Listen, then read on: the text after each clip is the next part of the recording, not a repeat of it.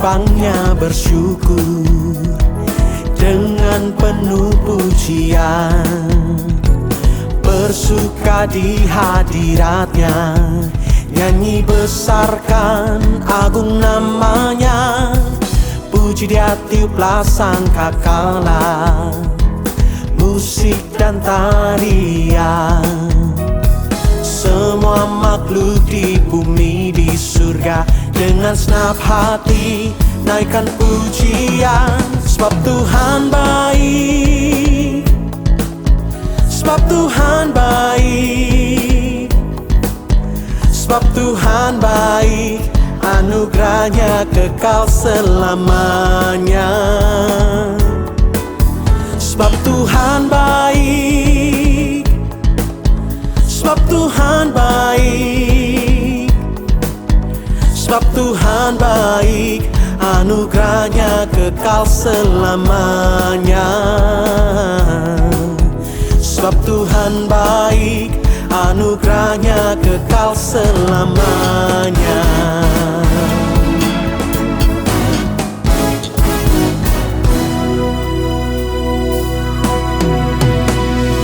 Yesus Kristus Allah Tuhanku, pencipta segalanya, datang sujud di hadapannya, angkat tanganmu, naikkan pujian, puji dia tiuplah sangkakala, musik dan tarian.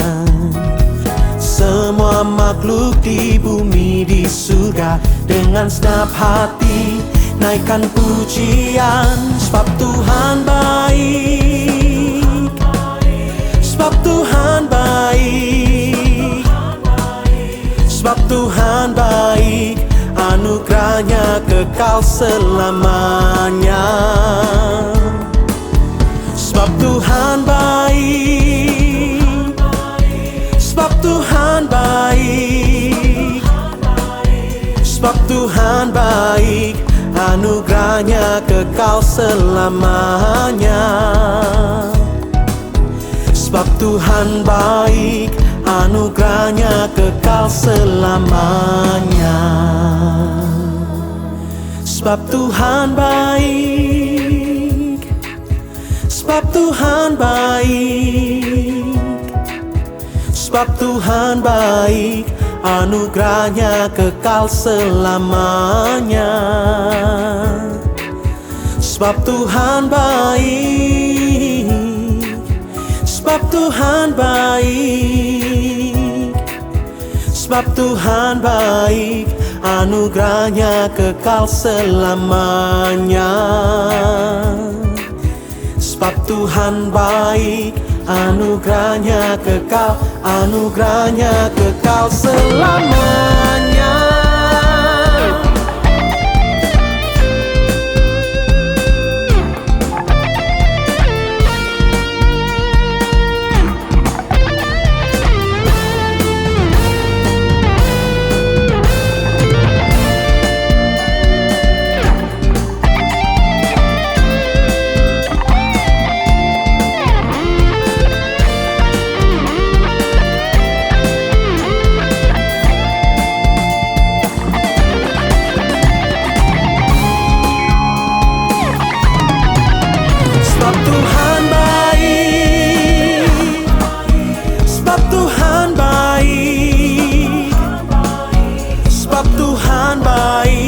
Anugerahnya kekal selamanya.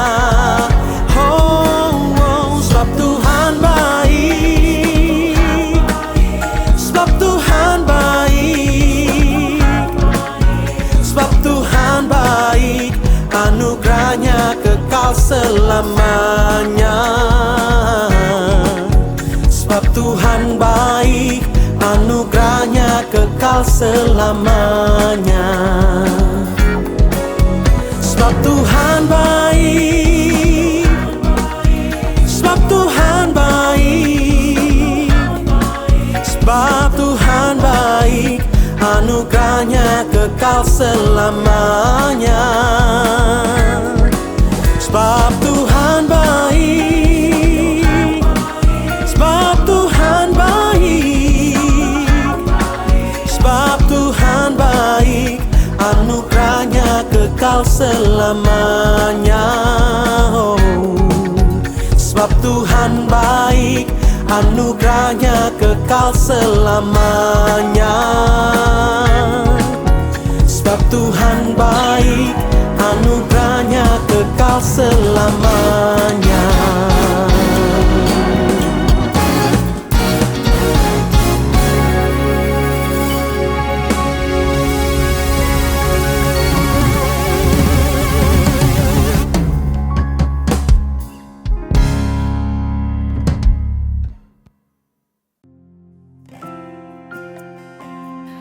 Bapa, kami datang kepadamu. Kami mau bersyukur karena semua yang sudah Engkau kerjakan dalam hidup kami. Dan kami menyadari bahwa hidup kami semua hanya karena anugerah-Mu. Kami datang menyembah-Mu ya Tuhan.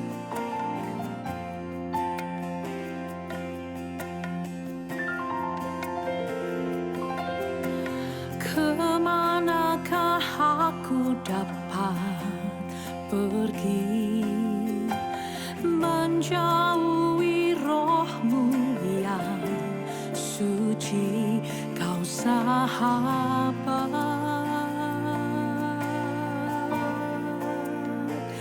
dan Kau dekat.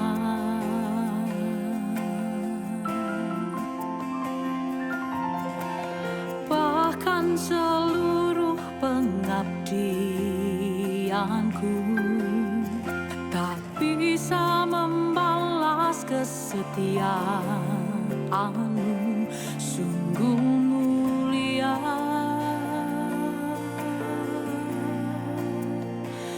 Dan berharga, sungguh besar pengorbanan-Mu bagiku, terlalu dalam untuk dimengerti.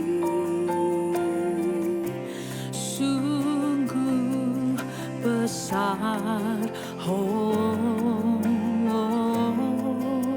sungguh indah yang Kau pikirkan tentangku, tak terselami bagiku. Sungguh indah.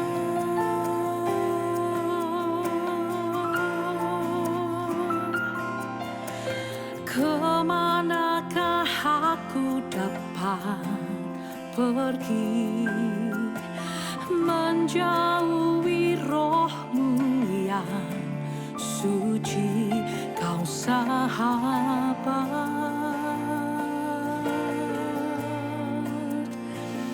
dan Kau dekat.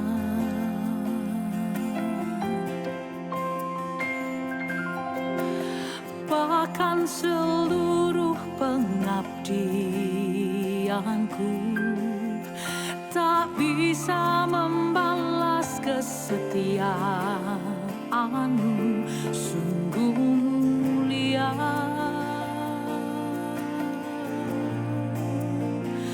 dan berharga. Sungguh besar pengorbanan-Mu bagiku, terlalu dalam untuk dimengerti. Sungguh besar, oh, sungguh indah yang Kau pikirkan tentangku, tak terselami bagiku. Sungguh indah,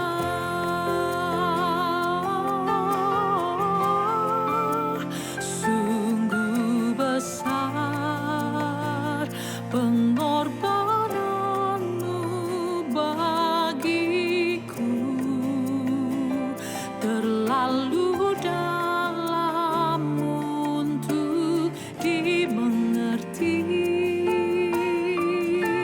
Sungguh besar, oh,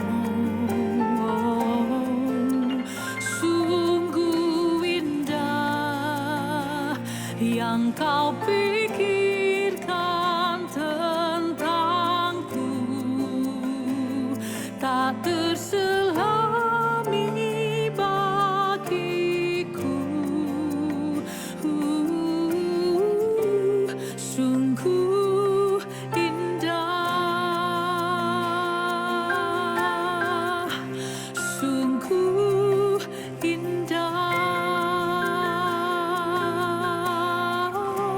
sungguh indah.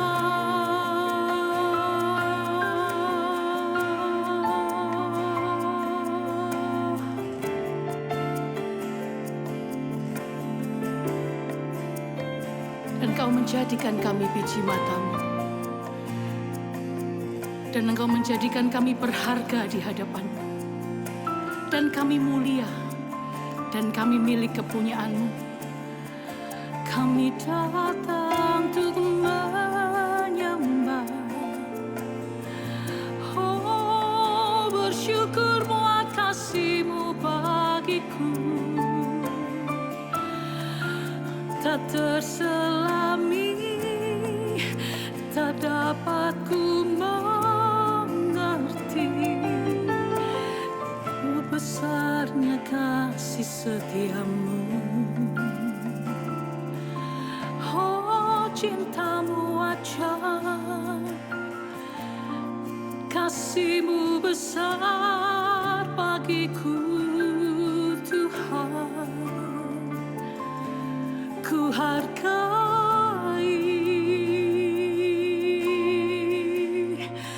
oh, takkan pernah ku lupakan.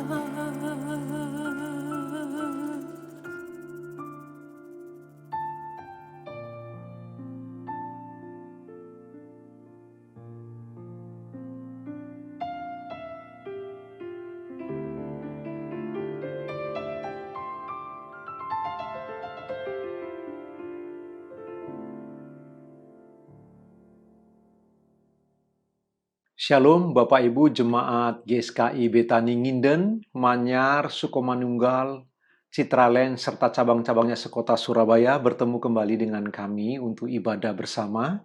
Kita akan merenungkan kebenaran firman Tuhan pagi ini. Kita bersyukur kita memasuki minggu ketiga di tahun 2021 persis tanggal 21 Februari. Kita akan berdoa bersama-sama untuk kita bisa mendengarkan kebenaran firman Tuhan. Karena itu Bapak Ibu, kami mengajak kita semua menundukkan kepala, kita berdoa kepada Tuhan. Mari kita berdoa. Bapa di surga, kami bersyukur pagi ini. Oleh rahmat-Mu, kami bisa memasuki minggu ketiga di tahun 2021 bulan Februari. Bagi kami, sebuah kasih karunia lagi. Kami bisa menikmati hadirat-Mu dalam ibadah ini. Kami bisa memuji menyembah-Mu. Kami bisa belajar kebenaran firman-Mu. Karena itu kami berdoa Tuhan, biar Tuhan memberkati pemberitaan kebenaran firman-Mu. Urapilah kami semua yang mendengar maupun yang memberitakan, sehingga kami sama-sama diubahkan dan sama-sama diberkati oleh Tuhan. Terima kasih Bapa yang baik, kami akan merenungkan kebenaran firman-Mu pagi ini. Kami berdoa kepada Allah yang hidup, di dalam nama Tuhan Yesus Kristus Juru Selamat kami. Haleluya. Amin. Hari ini Bapak Ibu kita akan merenungkan kebenaran firman Allah. Topik kita hari ini, bertumbuh di tengah masa sukar. Itulah tema kita yang kita akan renungkan bersama-sama beberapa menit ke depan. Bagaimana kita bisa bertumbuh di tengah masa sukar. Bapak Ibu, tidak seorang pun bisa menyangkali bahwa hari ini kita hidup di tengah masa yang begitu sukar. Kita mengalami masa-masa yang sulit di tengah pandemi seperti ini. Tapi bukan hanya orang Kristen, bukan hanya di Indonesia. Di seluruh dunia kita mengalami masa sukar yang sama. Ekonomi mengalami keterpurukan, pergaulan kita mengalami batasan-batasan, rumah tangga kita mengalami dampak oleh karena pandemi ini, dan lain sebagainya. Pendek kata, apapun iman kita, apapun kepercayaan kita, semua orang sedang mengalami masa sukar saat-saat ini. Nah, kita sebagai anak-anak Tuhan, Bapak Ibu yang dikasihi Tuhan, mari kita berpikir sejenak. Apakah di tengah masa sukar ini yang hampir sudah 1 tahun, bulan Maret nanti memasuki 1 tahun masa pandemi, apakah kita masih tetap bisa bertumbuh di dalam Tuhan, bertumbuh di dalam iman, sekalipun sedang masa-masa sukar yang sedang kita jalani bersama? Karena itu kita perlu renungkan bersama-sama pada hari ini Bapak Ibu, bagaimana kita bisa tetap bertumbuh di tengah kesukaran hidup ini, tetapi tidak menghentikan iman kita untuk terus maju di dalam Tuhan, tidak menghentikan iman kita untuk terus berkembang, berbuah bagi kemuliaan Allah. Karena itu kita bersama-sama kita melihat teks kita pada hari ini dari Matius 13 ayat 18 sampai 23. Bapak Ibu boleh baca nanti di rumah masing-masing dari mulai Matius pasal 13 ayat 1 sampai ayat 23. Tapi hari ini saya akan membacakan dari ayat 18 sampai 23 dari Injil Matius pasal 13. Firman Allah berkata demikian, Matius pasal yang ke-13 ayat 18. Firman Allah berkata, "Karena itu, dengarlah arti perumpamaan penabur itu. Kepada setiap orang yang mendengar firman tentang kerajaan surga, tetapi tidak mengertinya, datanglah si jahat dan merampas yang ditaburkan dalam hati orang itu. Itulah benih yang ditaburkan di pinggir jalan. Benih yang ditaburkan di tanah yang berbatu-batu ialah orang yang mendengar firman itu dan segera menerimanya dengan gembira. Tetapi ia tidak berakar dan tahan sebentar saja. Apabila datang penindasan atau penganiayaan karena firman itu, orang itu pun segera murtad." Ayat yang ke-22. "Yang ditaburkan di tengah semak duri ialah orang yang mendengar firman itu, lalu kekhawatiran dunia ini dan tipu daya kekayaan menghimpit firman itu sehingga tidak berbuah." Ayat terakhir Bapak Ibu, "Yang ditaburkan di tanah yang baik ialah orang yang mendengar firman itu dan mengerti. Dan karena itu ia berbuah. Ada yang 100 kali lipat, ada yang 60 kali lipat, ada yang 30 kali lipat." Yang diberkati mereka yang membaca firman Allah, merenungkannya, menyimpan dalam hati, serta melakukan kebenaran firman Tuhan dalam hidup mereka sehari-hari. Amin. Bapak Ibu, perumpamaan ini sangat terkenal. Semua kita tahu tentang perumpamaan ini dan berulang kali kita membacanya, kita mendengar dari khotbah-khotbah di mimbar, Bapak Ibu. Tapi hari ini biar sekali lagi kita merenungkan kebenaran firman Allah ini. Perumpamaan tentang penabur. Matius mencatat perumpamaan ini, Markus juga demikian, dan tidak ketinggalan Lukas juga mencatat tentang perumpamaan yang diungkapkan oleh Tuhan Yesus ini. Benih yang ditabur oleh Tuhan Yesus Kristus. Coba kita perhatikan bersama-sama Bapak Ibu. Jika Bapak Ibu mengamati dari mulai ayat 1 sampai dengan ayat yang ke-23, maka kita ketemu benih itu ditaburkan di pinggir jalan, ada yang jatuh di tanah yang berbatu-batu, ada yang jatuh di tengah semak duri, dan ada yang jatuh di tanah yang baik. Kalau begitu kita bisa kelompokkan Bapak Ibu, berarti ada 3 kelompok. Ada yang jatuh di pinggir jalan, di tempat yang berbatu-batu, di semak duri, dan ada di tanah yang baik. Bapak Ibu, jika kita coba melakukan hitung-hitungan, Bapak Ibu yang dikasihi Tuhan, maka kita coba berpikir dengan baik, kita anggap benih itu ditabur 100%. Lalu kemudian karena ada 4 bagian wilayah di mana benih itu jatuh Bapak Ibu, maka kita coba pikirkan begini saja Bapak Ibu. 25% jatuh di pinggir jalan. 25% jatuh di tanah yang berbatu-batu. 25% jatuh di tengah semak duri. Dan sisanya 25% yang terakhir jatuh di tanah yang baik. Bapak Ibu, kalau kita bagi dengan 4 begini Bapak Ibu, kesimpulannya maka 75% benih yang ditabur itu gugur. Benih yang ditabur itu mati. Benih yang ditabur 75% tidak hidup, tidak bertumbuh, dan pada akhirnya tidak berbuah. Hanya 25% yang hidup, yang bertumbuh, lalu kemudian berbuah. Berbuah 100 kali lipat, 60 kali lipat, bahkan 30 kali lipat. Bapak Ibu yang dikasihi Tuhan, mari kita renungkan bagian ini bersama-sama. Perhatikanlah, kalau kita melihat perumpamaan ini dengan baik.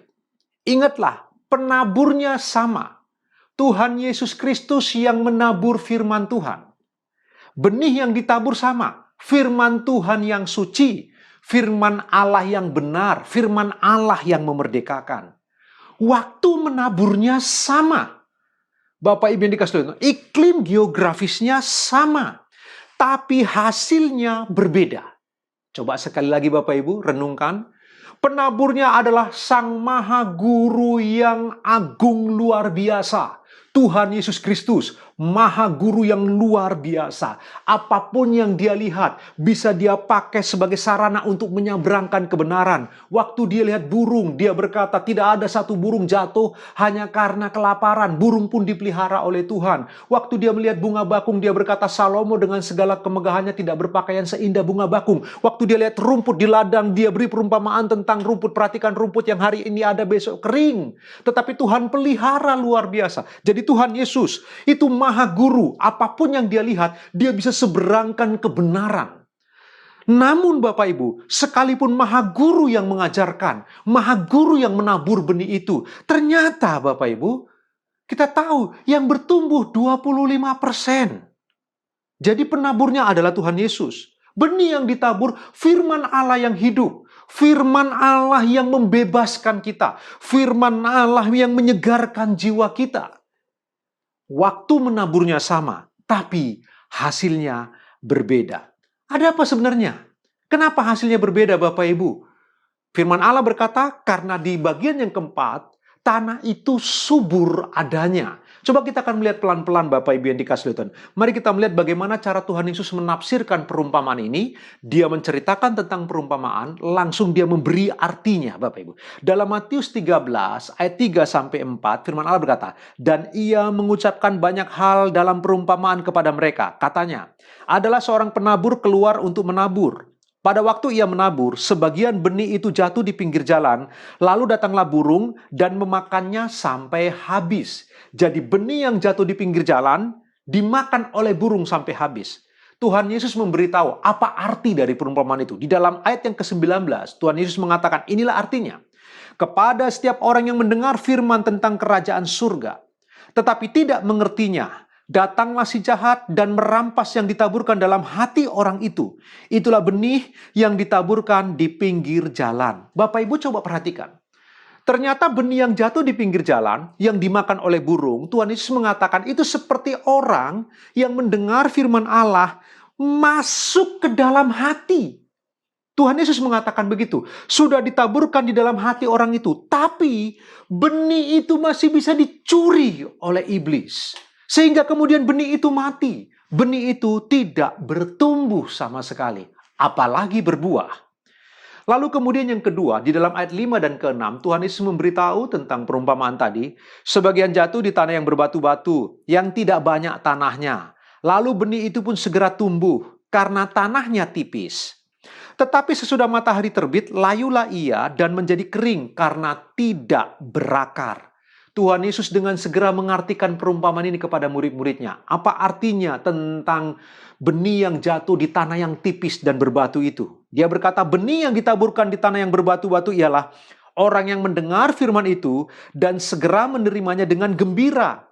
Tetapi ia tidak berakar dan tahan sebentar saja. Apabila datang penindasan atau penganiayaan karena firman itu, orang itu pun segera murtad. Jadi kita diberitahu oleh Tuhan Yesus Bapak Ibu, yang jatuh di tanah yang tipis dan berbatu itu seperti orang yang dengar firman Tuhan, dia senang sekali, dia tersentuh, dia bersuka cita oleh firman Allah, dia mengerti dan dia bergairah luar biasa, tapi cuman sebentar saja. Dia tidak berakar, dia tidak kuat tercocok tertanam ke dalam hatinya. Ketika tiba penindasan, penganiayaan, masa sukar seperti sekarang ini, maka dia segera mundur dari Tuhan. Yesus berkata, mereka pun orang itu segera murtad. Coba renungkan bagian ini bersama-sama Bapak Ibu yang dikasihi Tuhan. Kadang-kadang dalam hidup ini kita begitu suka dengan fenomena luar. Kita begitu gampang bersuka cita dan berbahagia mendengar firman Allah, tapi kita tidak merawatnya dengan baik. Kita tidak memelihara begitu rupa. Sehingga kemudian firman itu tidak bertumbuh. Ketika datang masa sukar, langsung mundur dari Tuhan. Kita lanjutkan Bapak Ibu pelan-pelan. Lalu ayat yang ke-7 Tuhan Yesus memberitahu tentang benih yang ketiga. Sebagian lagi jatuh di tengah semak duri.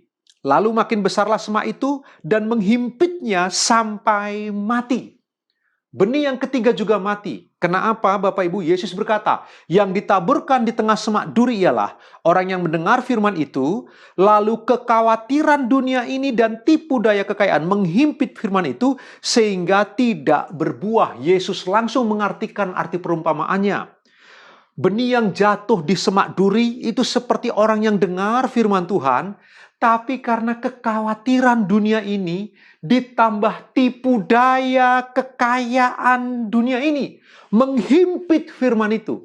Sehingga dia tidak berbuah, dia mati, dihimpit oleh kekhawatiran dan kekayaan dunia. Bapak Ibu, benih yang ketiga juga mati. Oleh karena kekhawatiran, oleh karena tipu daya kekayaan dunia ini. Dan pada akhirnya ayat yang ke-8, Tuhan Yesus memberi arti dari perumpamaan bagian yang keempat atau benih yang keempat ini. Dan sebagian jatuh di tanah yang baik, lalu berbuah. Ada yang 100 kali lipat, ada yang 60 kali lipat, ada yang 30 kali lipat. Yesus memberi arti yang ditaburkan di tanah yang baik ialah orang yang mendengar firman itu dan mengerti. Dan karena itu ia berbuah. Ada yang 100 kali lipat, ada yang 60 kali lipat, ada yang 30 kali lipat. Bapak Ibu yang dikasihi Tuhan, coba perhatikan perumpamaan ini bersama-sama. Ingat tadi, penaburnya sama, Tuhan Yesus Kristus.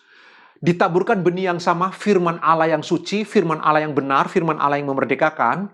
Lalu kemudian waktu menaburnya bersama-sama, Bapak Ibu, bahkan iklim geografisnya sama. Tapi hasilnya berbeda. 3 benih mati, 75% mati, tidak bertumbuh, dan pada akhirnya tidak berbuah. Hanya 25% yang kemudian bertumbuh, berbuah 100 kali lipat, 60 kali lipat, dan 30 kali lipat. Kelompok bagian yang keempat tadi yang diberitahu oleh Tuhan Yesus, yang jatuh di tanah yang subur itu. Kenapa mereka bisa bertumbuh? Apakah mereka begitu istimewa sehingga mereka kemudian tidak mengalami pencobaan dari iblis? Iblis tidak berusaha mencuri firman dari hati mereka? Tidak mungkin. Kelompok yang keempat ini juga adalah orang-orang yang mendengar firman Allah dari guru yang sama, firman Allah yang sama, di tempat yang sama. Jadi kalau mereka bertumbuh, bukan karena mereka tidak dicobai oleh iblis, bukan karena iblis tidak berusaha mencuri firman itu dari hati mereka. Bukan Bapak Ibu, mereka orang-orang ini tidak mendapat keistimewaan. Mereka tidak punya privilege tertentu. Bapak Ibu, jika memang orang ini dilindungi begitu rupa, kelompok yang keempat ini, yang berbuah sampai 100 kali lipat, jika orang-orang ini dilindungi dari pencobaan akan setan, dilindungi oleh Allah supaya firman itu jangan dicuri oleh iblis, maka kalau cuma kelompok ini yang dilindungi oleh Tuhan, berarti Tuhan tidak adil. Kenapa 3 kelompok yang lain tidak dilakukan hal yang sama? Bapak Ibu, karena itu kelompok yang keempat ini, mereka pun diuji. Mereka pun, iblis juga ingin mencuri firman itu dari hati mereka. Perhatikanlah, lalu mengapa mereka bisa bertumbuh? Sementara yang lain tidak. Apakah mereka ini tidak mengalami kekhawatiran? Apakah kelompok ini, Bapak Ibu yang dikasihi Tuhan, seperti perumpamaan Tuhan Yesus dalam benih yang kedua? Apakah kelompok ini tidak mengalami penganiayaan, tidak mengalami kesukaran hidup? Tidak mengalami kesulitan-kesulitan, mereka juga mengalami. Pasti mereka mengalami kesulitan, mereka juga mengalami penganiayaan, mereka juga mengalami intimidasi dari firman Allah yang mereka dengar. Karena mereka belajar melakukan firman Allah, mereka pun mengalami suasana yang sulit pasti Bapak Ibu. Begitu juga, apakah mereka tidak punya rasa khawatir? Apakah kelompok yang keempat ini, Bapak Ibu yang dikasihi Tuhan, tidak diiming-imingi oleh tipu daya kekayaan dunia ini? Sama Bapak Ibu, mereka juga pasti punya rasa khawatir. Mereka juga pasti diiming-imingi oleh kekayaan dunia ini. Pasti mereka juga barangkali tergoda, tertarik. Tetapi Bapak Ibu, perhatikan kenapa kelompok yang keempat ini bisa bertumbuh. Berbuah 100 kali lipat, 60 kali lipat, 30 kali lipat. Mari kita akan belajar bersama-sama. Supaya kita yang hidup di masa sukar hari-hari ini, di tengah pandemi yang tidak mudah untuk bisa diatasi Bapak Ibu, kita tetap bisa bertumbuh. Walau kita cuma beribadah dari rumah masing-masing, kita tidak berkumpul dalam sebuah gedung gereja bersama-sama bersukacita menyembah Allah, kita merindukan suasana itu Bapak Ibu, kita bersukacita dikuatkan di sana, tapi hari ini kita beribadah di rumah masing-masing. Pertanyaannya bagaimana kita tetap bisa bertumbuh, dan pada akhirnya kita berbuah, walau kita beribadah secara online. Walau kita beribadah hanya di keluarga-keluarga, di rumah tangga masing-masing, namun iman kita tetap bisa bertumbuh. Kita tetap bisa berakar kuat. Kita tetap bisa berbuah bagi kemuliaan Allah. Apa yang kita bisa pelajari dari perumpamaan ini? Bapak Ibu, yang pertama, perhatikanlah kelompok yang keempat ini, yang berbuah sampai 100 kali lipat, 60 kali lipat, dan 30 kali lipat. Mereka bisa berbuah luar biasa.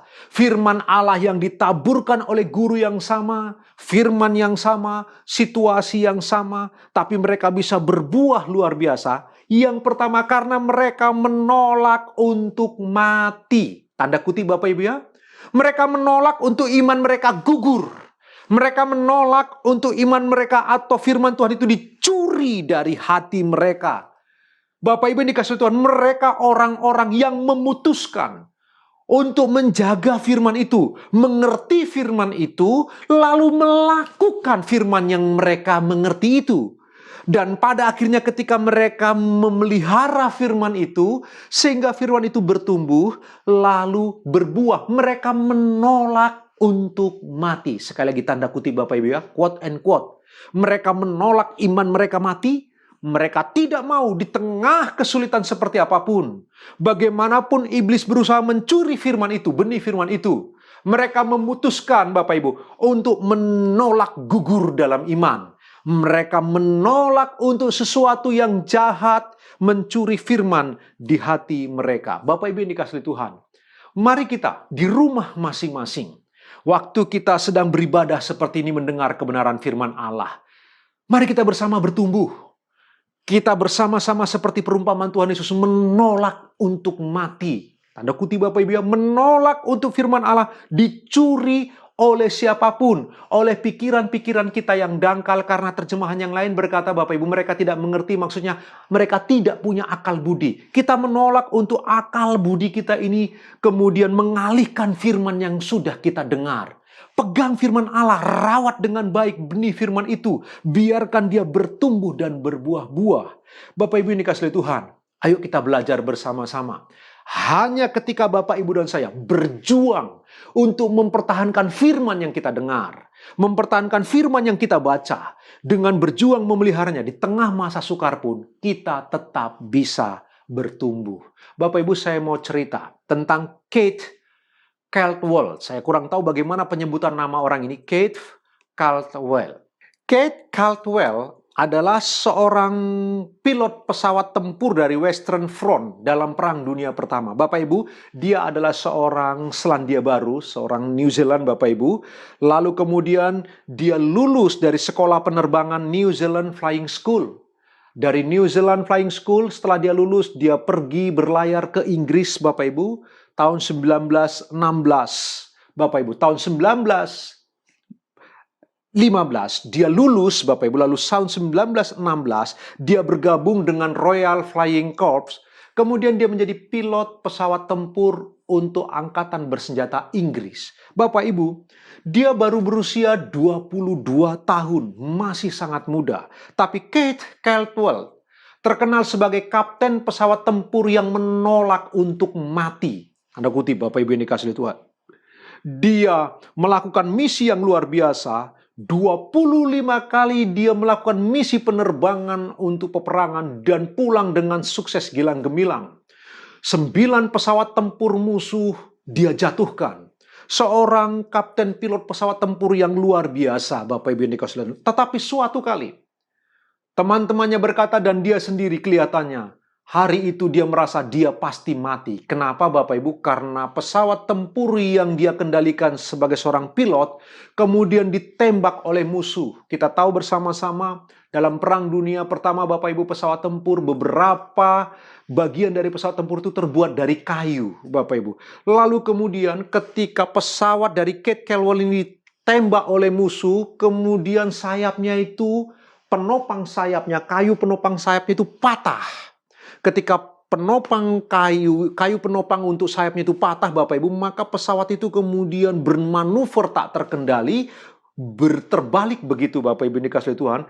Maka Kate Caldwell tahu, dia merasa hari ini mungkin kematian buat saya. Setelah 25 misi selalu sukses dan berhasil, hari ini barangkali saya mati. Tetapi dia berpikir Bapak Ibu, kalau aku tidak bertindak apa-apa, aku akan mati. Tapi kalau aku bertindak sesuatu, barangkali aku bisa tetap hidup.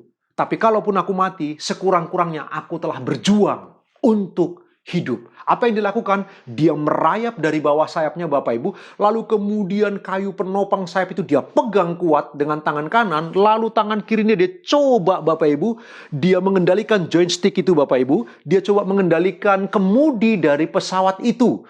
Pelan-pelan dia coba kendalikan, lalu kemudian pelan-pelan Bapak Ibu, kemudian pesawat itu bisa dikendalikan, pelan-pelan meluncur terus ke bumi. Ketika tiba waktunya mau terhempaskan ke bumi, dia kemudian melepaskan dirinya Bapak Ibu, lalu dia jatuh ke tanah, pesawat jatuh ke bumi, lalu kemudian menghujam dengan keras, meledak, hancur berkeping-keping. Kate Caldwell selamat tidak kurang suatu apapun. Bapak Ibu, seorang yang luar biasa. Orang-orang menyebut, teman-temannya menyebut dia sebagai orang yang menolak untuk mati. Sekali lagi dia berpikir, daripada mati konyol, lebih baik berjuang sungguh-sungguh. Jadi kalaupun mati tidak menyesal karena telah berjuang sampai akhir. Tetapi kemudian malah kehidupan yang dia dapatkan. Bapak Ibu, mari kita coba merenungkan cerita ini. Sebuah kisah nyata. Seorang anak Tuhan yang coba mempertahankan hidup, menolak untuk mati. Ayo kita belajar bersama-sama. Pagi ini, siang ini, atau sore ini Bapak Ibu yang dikasihi oleh Tuhan. Kita akan merenungkan firman Tuhan ini. Marilah kita menjadi orang-orang yang menolak untuk mati dalam iman.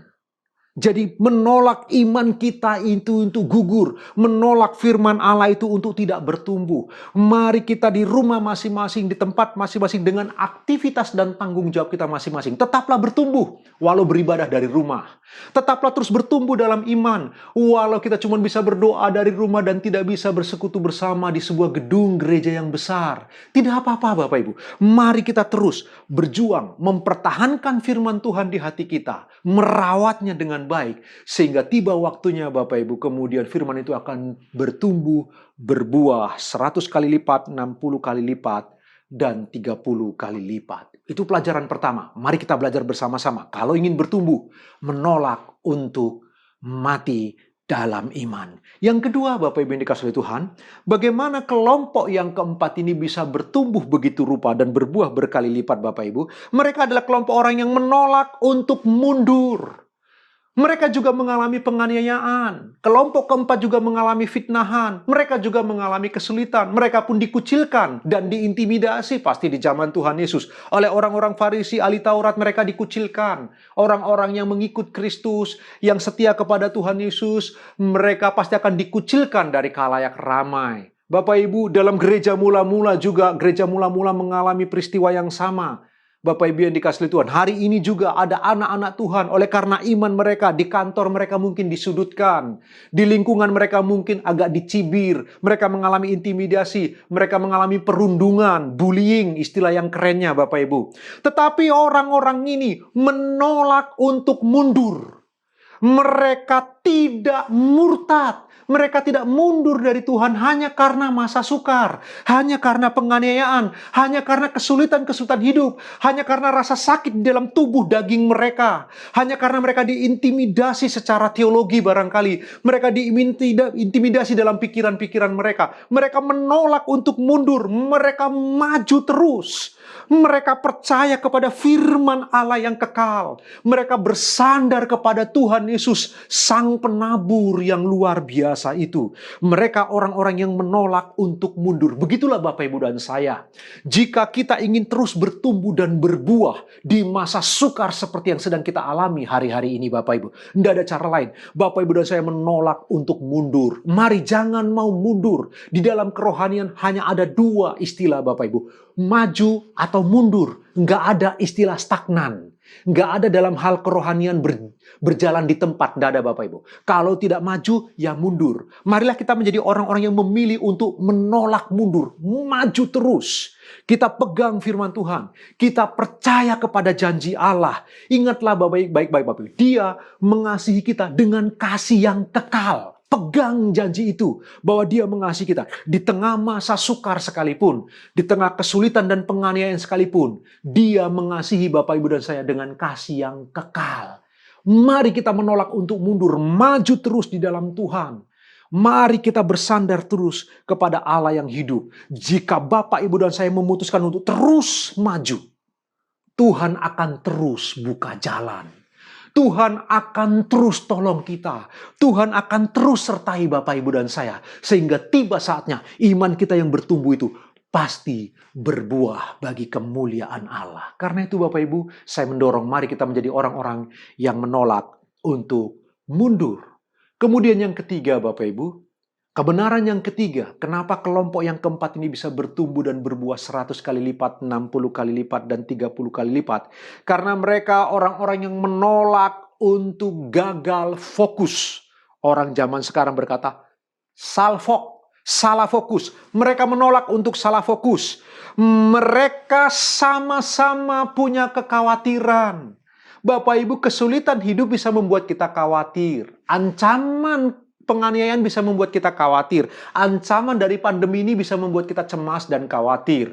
Ancaman dari sakit penyakit, ancaman dari kesulitan ekonomi, itu bisa membuat kita cemas dan khawatir Bapak Ibu. Belum lagi kekayaan dunia ini. Bisa kemudian firman Allah berkata, menipu kita. Tipu daya kekayaan dunia ini bisa membuat hati kita itu teralihkan dari Kristus. Kekhawatiran bisa membuat pikiran kita dialihkan dari Allah. Tipu kekayaan dunia ini bisa membuat pikiran kita juga dialihkan dari firman Allah yang kekal.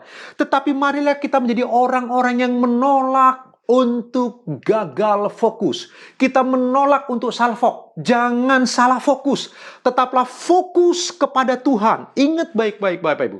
Jadikan Tuhan Yesus tujuan hidup kita. Bukan alat untuk mencapai tujuan kita. Bukan. Tuhan bukanlah alat untuk mencapai tujuan-tujuan kita. Bukan. Tuhan adalah tujuan hidup kita.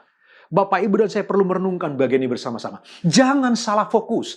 Di tengah kesulitan seperti ini Bapak Ibu, Kabar kematian di mana-mana, kabar yang mencemaskan di mana-mana, kabar yang membuat kita terhimpit, kita yang sehat pun jadi sakit, pikiran kita diracuni dengan kematian. Pikiran kita terus diracuni dengan kabar-kabar yang buruk, kabar-kabar yang negatif, kabar-kabar yang mengkhawatirkan. Sehingga kemudian kita yang sehat pun bisa jadi sakit. Tapi hari ini Bapak Ibu, mari kita menjadi orang-orang yang tidak gagal fokus. Tetaplah fokus kepada Kristus. Sekali lagi, jadikan Kristus tujuan hidup kita. Bukan alat untuk mencapai tujuan hidup kita, bukan. Tetapi Kristus adalah tujuan hidup kita. Jangan gagal fokus. Jika Bapak, Ibu, dan saya menyimpan firman Tuhan itu, lalu kemudian fokus kepada firman Allah, terus terarah kepada Kristus, maka cepat atau lambat Bapak, Ibu, dan saya akan bertumbuh dan berbuah bagi kemuliaan Kristus. Ingatlah, semakin kita fokus, semakin kita tajam. Semakin kita tajam Bapak Ibu, semakin kita efektif. Semakin kita efektif, maka Allah akan memberkati kita lebih banyak kepercayaan lagi dalam hidup kita. Semakin banyak Allah mempercayakan sesuatu kepada kita Bapak Ibu, semakin banyak Dia memberi kita kekuatan dan penghiburan. Semakin banyak Dia memberikan kita sukacita dan damai sejahtera. Fokuslah, sehingga kau menjadi orang-orang yang tajam. Kalau engkau tajam, engkau menjadi orang-orang yang begitu efektif dan dinamis. Dan melalui kehidupan kita, Allah dipermuliakan. Mari Bapak Ibu, kita bersama-sama menolak untuk gagal fokus. Teruslah fokus, walau hanya beribadah di rumah masing-masing. Walau hanya beribadah di tempat kita masing-masing Bapak Ibu, tapi kita tetap bisa fokus kepada Tuhan Yesus Kristus. Karena Tuhan pun ada di rumahmu. Tuhan pun ada di tengah-tengah ibadahmu saat ini. Tuhan pun ada di tengah-tengah doa, pujian, penyembahanmu. Karena itu, mari kita belajar bersama-sama untuk tidak mau gagal fokus. Kita menolak untuk gagal fokus. Pelajaran yang terakhir Bapak Ibu. Bagaimana supaya kita bertumbuh, berbuah berkali lipat Bapak Ibu. Mari kita menjadi pribadi-pribadi yang memilih untuk bertumbuh. Kelompok yang keempat ini, mereka mengerti firman Allah di dalam hati mereka. Mereka memelihara dengan baik Bapak Ibu. Mereka menyiraminya, mereka menjagainya Bapak Ibu. Lalu kemudian firman Allah itu bertumbuh, berbuah-buah luar biasa.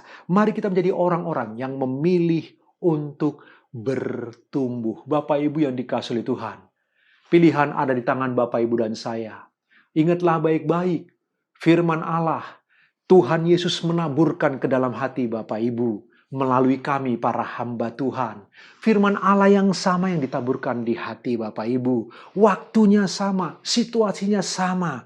Tapi pada akhirnya Bapak Ibu, pilihan ada di tanganmu. Apakah engkau memilih untuk bertumbuh atau engkau memilih untuk gugur? Bapak Ibu, saya mendorong pilihlah untuk bertumbuh bersama Bapak Ibu yang dikasihi Tuhan. Roh Tuhan dalam diri Bapak Ibu dan saya akan memampukan kita untuk terus bertumbuh. Bapak Ibu yang dikasihi Tuhan, Roh Tuhan, karya penebusan Kristus di dalam diri kita, karya yang begitu luar biasa itu, tidak mungkin akan sia-sia di dalam diri Bapak Ibu dan saya. Dia yang telah mati di kayu salib. Supaya Bapak Ibu dan saya terus beriman kepada Dia, diselamatkan di dalam Dia. Marilah kita memilih untuk bertumbuh di dalam iman bagi kemuliaan Allah. Hari ini Bapak Ibu, saya akan tutup renungan firman Tuhan ini dengan cerita. Saya punya seorang teman, suami istri, Bapak Ibu yang dikasihi Tuhan, seorang anak Tuhan yang mengasihi Tuhan. Mereka belajar terus bertumbuh. Mereka menjaga supaya iman mereka jangan gugur, Bapak Ibu yang dikasihi Tuhan. Suami istri ini tidak bergereja di tempat kami, tapi mereka sering datang ke gereja sebagai simpatisan. Mereka anggota dari gereja lain, Bapak Ibu. Namun kami bersahabat dengan sangat baik. Istrinya, Bapak Ibu, punya satu penyakit, jenis penyakit langka. Karena itu beliau kami panggil sebagai seorang survivor, penyintas, Bapak Ibu yang dikasihi Tuhan. Penyakitnya itu ada kelainan di dalam darahnya. Karena penyakitnya itu Bapak Ibu yang dikasihi Tuhan, dia banyak mengalami kesulitan. Bahkan suaminya pernah mengalami kebangkrutan yang luar biasa. Harta dijual, ruko, rumah terjual untuk pengobatan istri yang dia cintai. Sahabat saya ini Bapak Ibu yang dikasihi Tuhan. Tidak mudah mereka mengalami situasi sakit yang luar biasa itu. Lalu kemudian Bapak Ibu, dokter memvonis karena kelainan darahnya Bapak Ibu, trombositnya itu selalu rendah Bapak Ibu yang dikasihi oleh Tuhan. Pernah suatu kali trombositnya 0. Jadi kalau hari ini dia masih hidup hanya karena anugerah Allah. Dokter di Malaka sampai bingung. Bagaimana mungkin orang trombositnya 0 masih hidup? Baru-baru ini kumat lagi Bapak Ibu, lalu kami datang ke rumah sakit untuk besuk Bapak Ibu. Trombositnya tinggal 1000. Waktu tinggal 1000 dia masih bisa ngobrol dengan kami, tertawa dengan kami berdoa bersama. Dokter bingung. Dokter yang ada di Batam berkata, "Ibu, trombosit tinggal 1000 masih bisa tertawa tersenyum." Yang lain sudah game over Bapak Ibu. Bahkan dia pernah 0 trombositnya. Bapak Ibu yang dikasihi oleh Tuhan, harta habis terjual. Bahkan dokter menvonis, ibu ini tidak boleh punya anak. Kenapa? Karena resiko kalau bleeding, pendarahan Bapak Ibu yang dikasihi oleh Tuhan, itu akan sangat mematikan untuk ibu ini. Oleh karena kelainan darah dalam dirinya. Tapi tahukah Bapak Ibu hari ini, anaknya 2. Dua-dua laki-laki ganteng-ganteng. Vonis dokter mengatakan tidak boleh punya anak karena akan mematikan nyawa taruhannya untuk ibu ini. Tetapi ibu ini walaupun punya kelainan darah, Bapak Ibu, terus imannya bertumbuh. Dia tidak mau firman Allah gugur di hatinya. Dia menyimpan janji Allah. Dia terus bertumbuh Bapak Ibu yang dikasihi oleh Tuhan. Dan dia Bapak Ibu, hari ini, dia masih sakit. Dia berkata kepada saya, "Pak John, 23 tahun saya menjalani sakit ini. Di tengah kesukaran hidup, hari ini ada pandemi. Usahanya juga pasti mengalami kesulitan. Usaha suami juga mengalami kesulitan. Dia sendiri mengalami kesulitan. Bapak Ibu yang dikasihi Tuhan. Itu sebabnya beberapa waktu lalu ketika dia masuk ke rumah sakit, Bapak Ibu yang dikasihi Tuhan, kami cukup cemas. Bapak Ibu. Oleh karena apa? Pandemi ini juga mengerikan. Kita ke rumah sakit pun sekarang cukup menakutkan, Bapak Ibu yang dikasihi Tuhan. Tetapi apa yang saya mau beritahu? Ibu ini 23 tahun mengalami penyakit yang mematikan, kelainan darah, pernah kehabisan trombosit 0 sama sekali. Tetapi imannya tidak pernah gugur. Janji firman Allah tidak pernah gugur. Dia pegang kuat. Dia percaya kepada janji Allah. Dia setia terus. Bahkan melalui sakit ini dia semakin bergantung kepada Tuhan. Dia terus bertumbuh. Sekalipun hanya beribadah di rumah, kadang-kadang dia datang ibadah Bapak Ibu secara live di gereja kami, tapi kadang-kadang dia online saja Bapak Ibu, tetapi dia terus bertumbuh dan bertumbuh. Hari ini Bapak Ibu, penyakitnya sembuh? Tidak. Penyakitnya belum sembuh. Masih harus berjuang.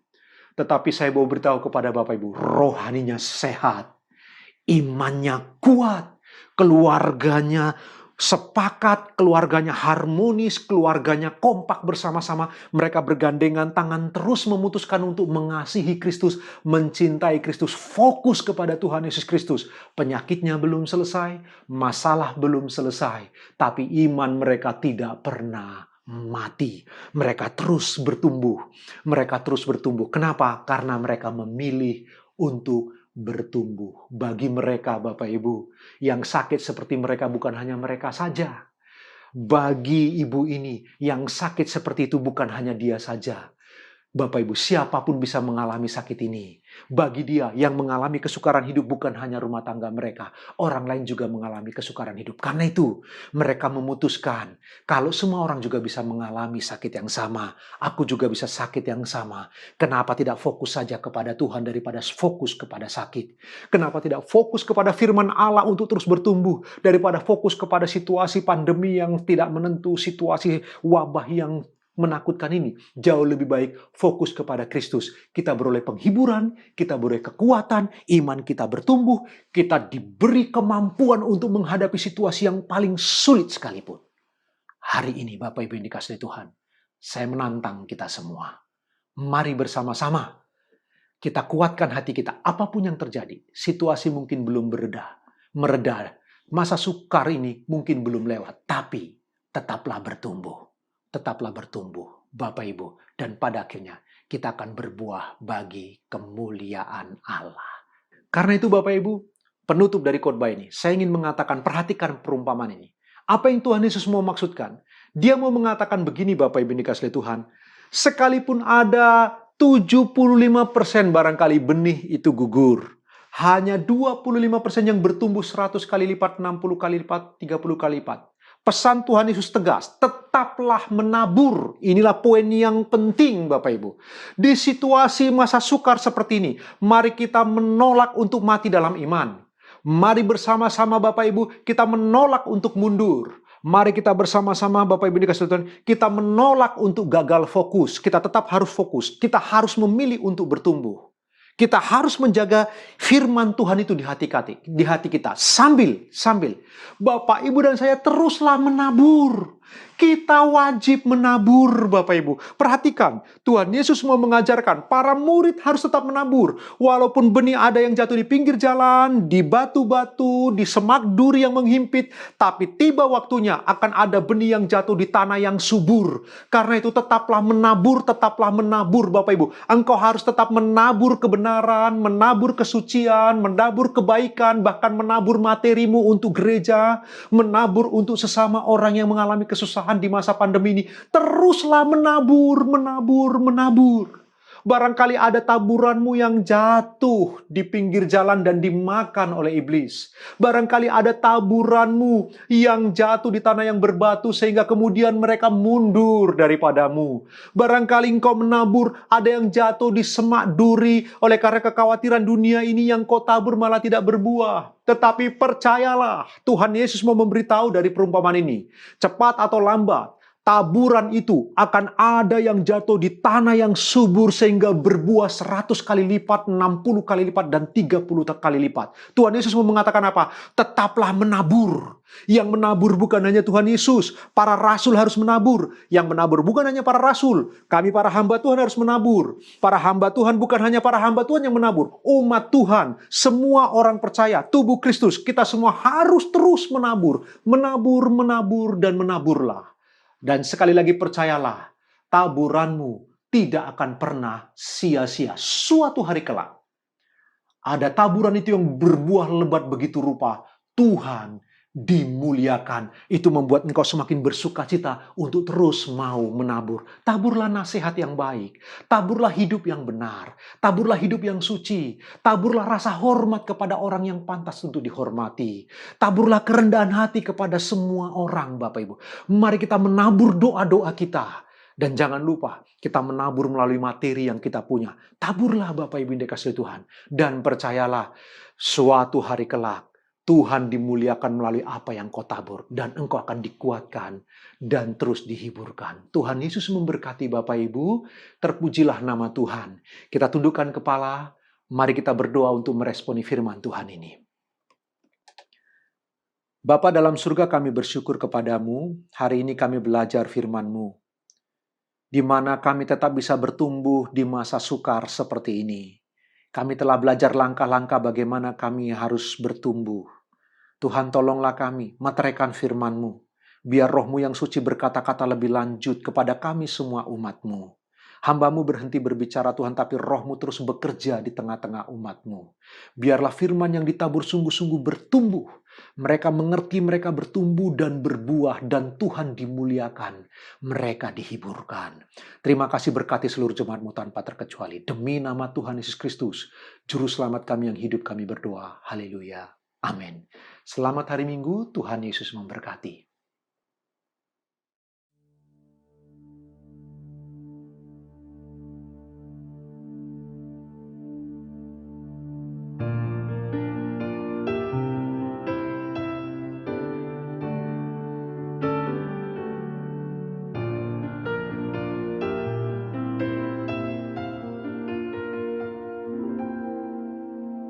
God will make a way where there seems to be no way.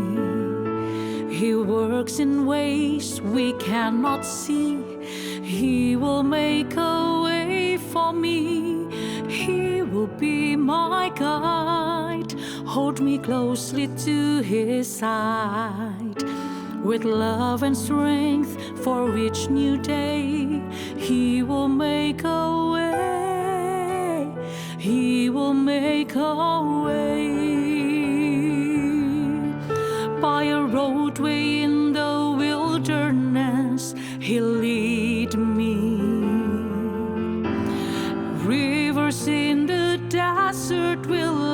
kasih. Heaven and earth will fade, but His word will still remain, and He will do something new today. Dia buka jalan saat tiada jalan, dengan cara yang ajaib. Dia buka jalan bagiku, Dia membimbingku dan memeluk diriku. Dengan kasih dan kuasa-Nya Dia buka jalan, Dia buka jalan. Di belantara Dia tetap menuntunku. Sungai di gurun ku temui, langit bumi kan lenyap, tapi firman-Nya tetap. Saat ini Dia buka jalan, Dia buka jalan saat tiada jalan. Dengan cara yang ajaib Dia buka jalan bagiku. Dia membimbingku dan memeluk diriku. Dengan kasih dan kuasa-Nya Dia buka jalan, Dia buka jalan. Dengan kasih dan kuasa-Nya Dia buka jalan, Dia buka jalan. Dengan kasih dan kuasa-Nya Dia buka jalan, Dia buka jalan.